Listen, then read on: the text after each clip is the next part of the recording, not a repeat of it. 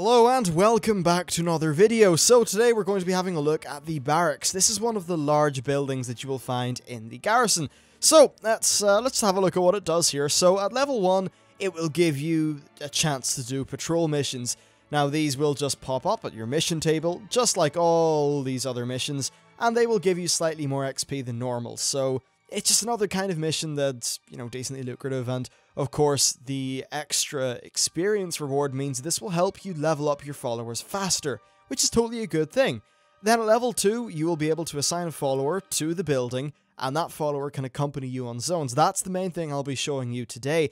Now at level 3, your follower limit is increased by 5, and it also gives you access to racial guards and banners. Unfortunately, I probably won't be able to show you that during the beta because it does take a decent amount of time to level all of that stuff up and to actually unlock the level 3 barracks thing. So that's unfortunate, but hey, you can sort of imagine what that stuff's going to look like anyway. Look at these banners. These could be Night Elf banners, I'd imagine. And the guards you can swap out to, like Dwarf guards or Orc guards, or, well, Orc is the default, but any faction.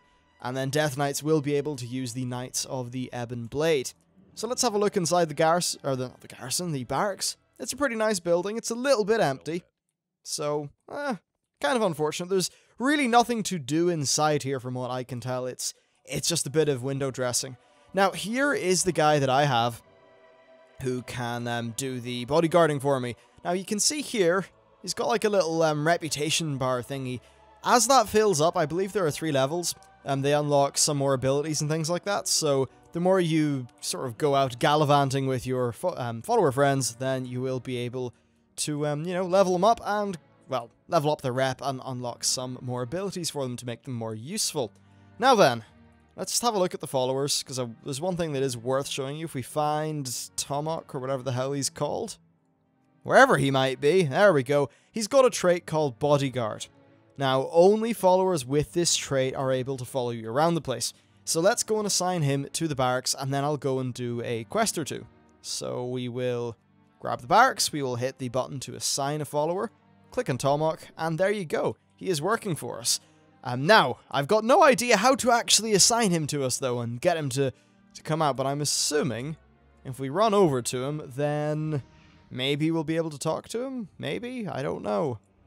Let's see. Ah, sure, I could use a little muscle. Cool. So we now have him for... Okay, that's pretty awesome. That's very cool. Right then, well, let's need anything in the field? Well, maybe I would need something in the field, but you don't have the bodyguard trait, so you can't really help me. Or can you? Huh.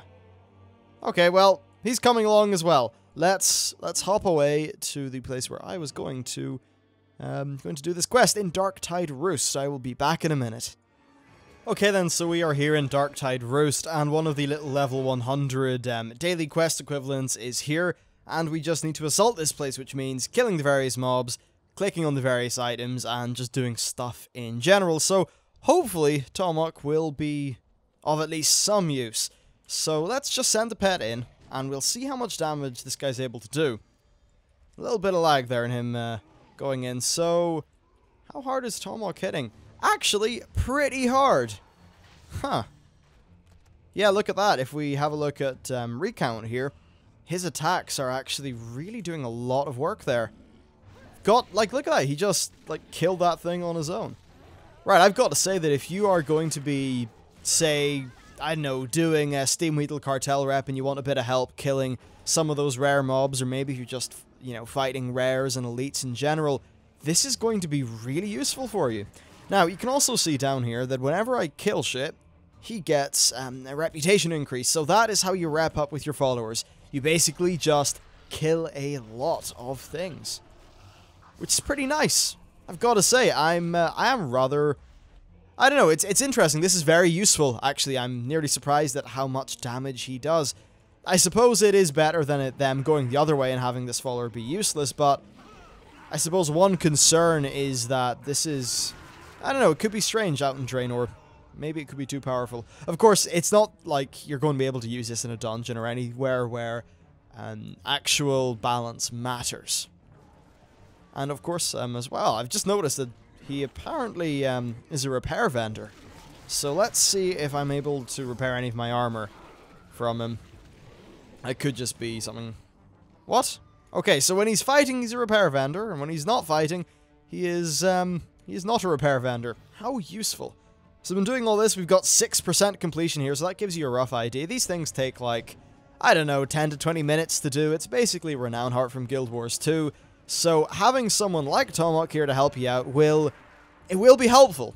And I've got to say, this building is probably going to be optimal for just the start of Warlords of Draenor, because there will be some very useful things available from your Garrison missions, and you will want those patrol missions to be unlocked via the barracks so you can level up your followers a bit quicker. Another thing that you'll be doing when you're trying to really get in that whole initial race for loot is you'll want to do these things every day, you know, the Assault and Darktide Roost. You'll want to do these little daily things, and the faster you can do them, the better, right? So, certainly it seems like this is going to be a very viable building. Indeed, if I compare it to, say, the stables, there's no contest. Like, yeah, the stable it's handy, you know, it's nice enough. But in terms of just the raw benefits that you will get to your kind of throughput and stuff like that, this is far more useful for just running around the open world and doing stuff. So there you go. This is a building which I actually feel may be slightly necessary, at least at the very start of the expansion, due to those level 1 perk with the patrol missions, and also this pretty cool perk. So there you go. That's a bit of a look at this building. Overall, I think maybe it's unfortunate that it's going to be, well, nearly a required thing, but at least it is a very cool building and it stands on its own 2 feet as being a thing of interest. Also, for some reason, I can't click these, which is really annoying, because after this video, I'm going to finish this quest. Ah, well. So that's it for the video. Thank you very much for watching. Let me know what you think, and I'll see you next time.